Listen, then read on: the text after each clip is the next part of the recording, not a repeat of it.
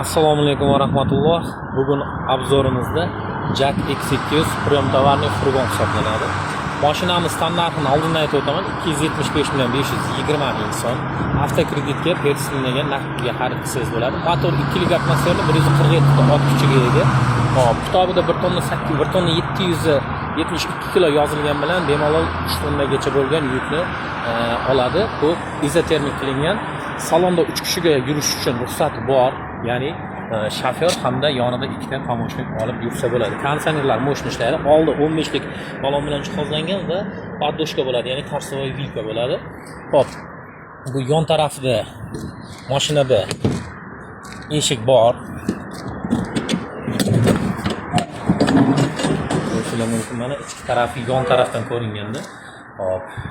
9,5-10 kuba atrofida yuk bemalol ola oladi.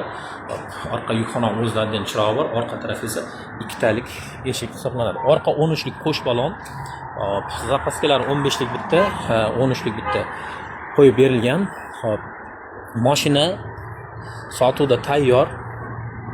Buni oziq-ovqat yetkazib berish uchun yoki umuman olganda dastavka uchun bemalol olishingiz mumkin.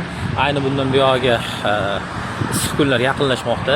Bemalol tepasiga konditsioner qo'yib olishingiz mumkin, ya'ni refrigerator qo'yib o'rnatib olishingiz mumkin.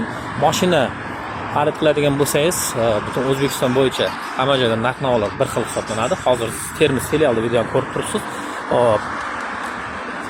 Pastda raqam qoldiraman, bemalol aloqaga chiqishingiz mumkin. Mashina sotuvda tayyor. Sog' bo'linglar.